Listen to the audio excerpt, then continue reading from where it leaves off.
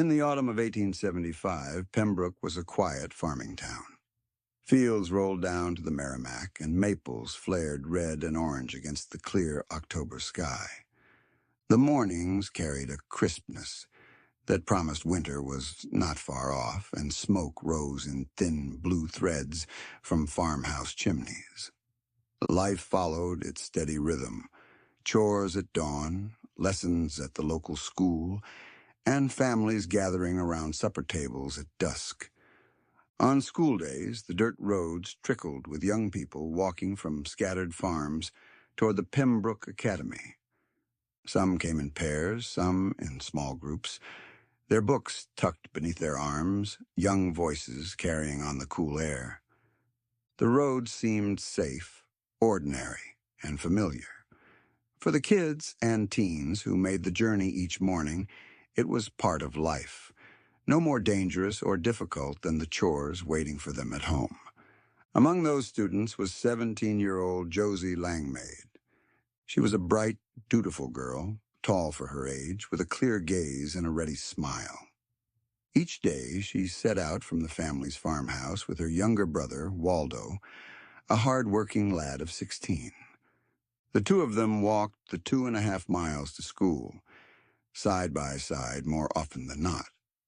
Sometimes they met friends along the way.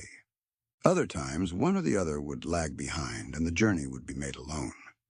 That road, lined with trees and rimmed by low stone walls, could feel long when there was no one to talk to.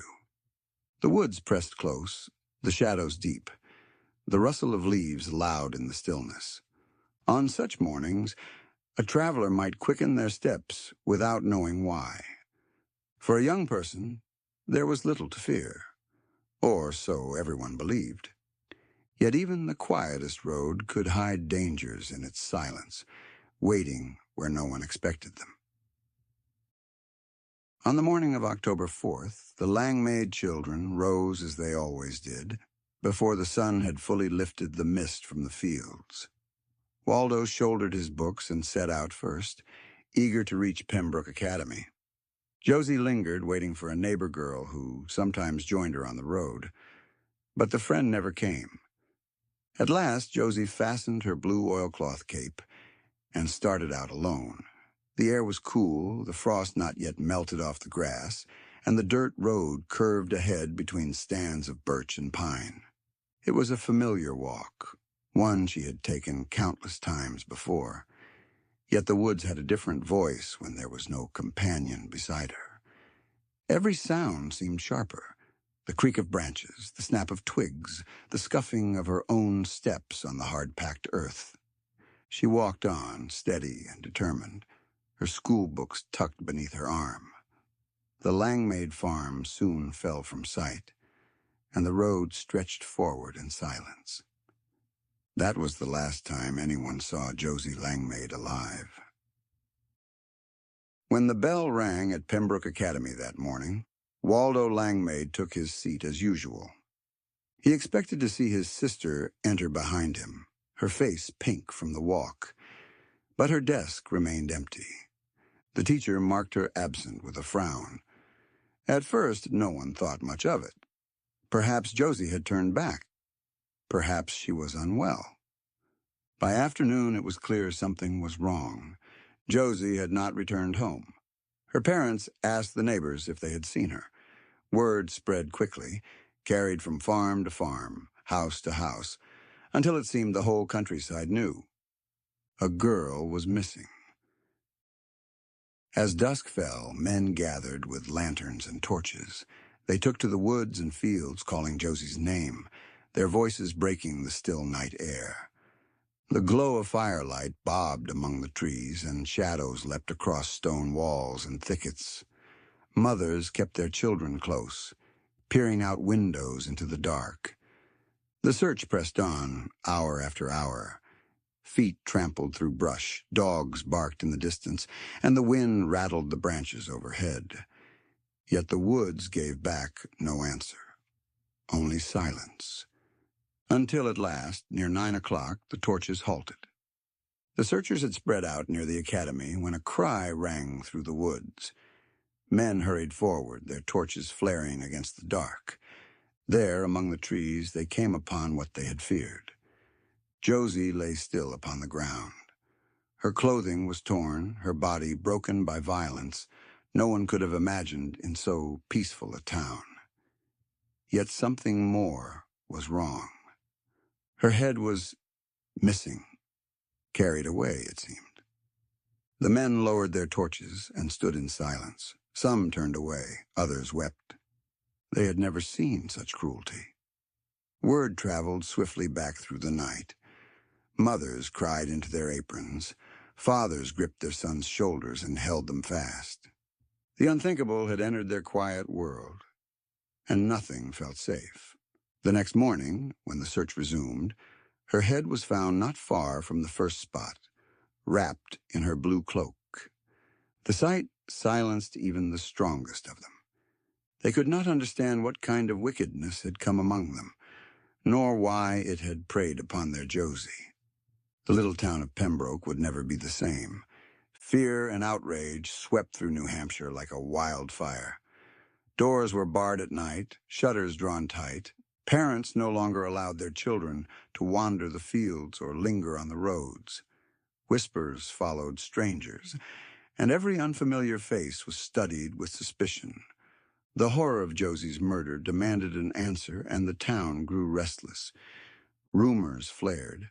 Some pointed to drifters and tramps who rode the trains, others to local ne'er-do-wells whose foul tempers and fouler reputations made them targets for suspicion. Even neighbors who had lived side by side for years looked at one another with narrowed eyes. The townsfolk wanted justice, but in their grief and terror, suspicion turned quickly to blame. Innocent men were dragged from their homes, questioned, and held. People were accused and then arrested without proof. Still, the true killer walked free, his shadow stretching unseen across the frightened town. In time, the search for the killer turned toward a man who lived quietly in nearby Suncook, Joseph Lepage. He was a woodcutter by trade, a French-Canadian who spoke little English. He lived with his wife and children in a modest house, earning his keep supplying timber for the mills. To most, he was a distant figure, brooding, unsettling, a man who kept to himself. But word of another crime reached the investigators in Pembroke. A year earlier, in St. Albans, Vermont, a young schoolteacher named Marietta Ball had been slain under circumstances all too similar. Suspicion now clung to Lepage, who had once lived in that region, before slipping quietly into New Hampshire. Evidence began to mount. A coat stained with blood was found in his home. Witnesses swore they had seen him on Academy Road the very morning of the crime, carrying a heavy club. Piece by piece, the picture darkened, and the community realized the evil they feared had not come from nameless tramps or blameless neighbors, but from a man who lived among them. Lepage was not a phantom or a tale to frighten children. He was flesh and blood, a reminder that sometimes the monsters who haunt the world are human. He was brought to trial in Concord at the start of the new year, 1876. The courthouse filled with townsfolk and reporters, for by then Josie's murder had become known across New England. The evidence against Lepage was strong, too strong to ignore. It painted a grim picture of his evil. He was found guilty and sentenced to hang.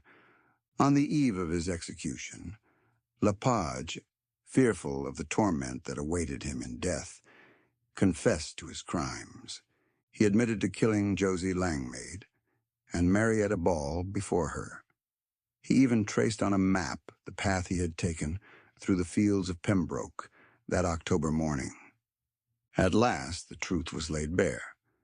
Lepage was hanged in Concord. Justice had come, though it could never restore what had been lost. The Langmaid family never recovered from their sorrow. Josie's younger brother, Waldo, so close to her, so stricken with guilt that he had not walked beside her that morning, fell ill only weeks after her death. Typhoid fever gave way to pneumonia, and by December he too was gone. Brother and sister were buried, side by side. For Pembroke, the crime left a wound that time could not fully heal. Neighbors who had once trusted one another carried the memory of suspicion. Parents kept their children close, warning them never to walk alone. The quiet roads no longer felt safe, and the thought of Josie's last journey haunted the town for years to come. In the years after, a monument of granite was raised near the site of her murder. Today it is called the Murder Pillar, though its true purpose is not to frighten, but to remember. The stone stands among the trees, marking where a young life ended too soon, and where a community learned how one moment of violence can scar generations. If you walk there at dusk, when the light fades and the woods grow still, you may feel the shadows of the past pressing close. It is not a ghost story, but something deeper, a memory that lingers, reminding us to protect one another, especially the innocent. After all, nothing haunts us more than our regrets.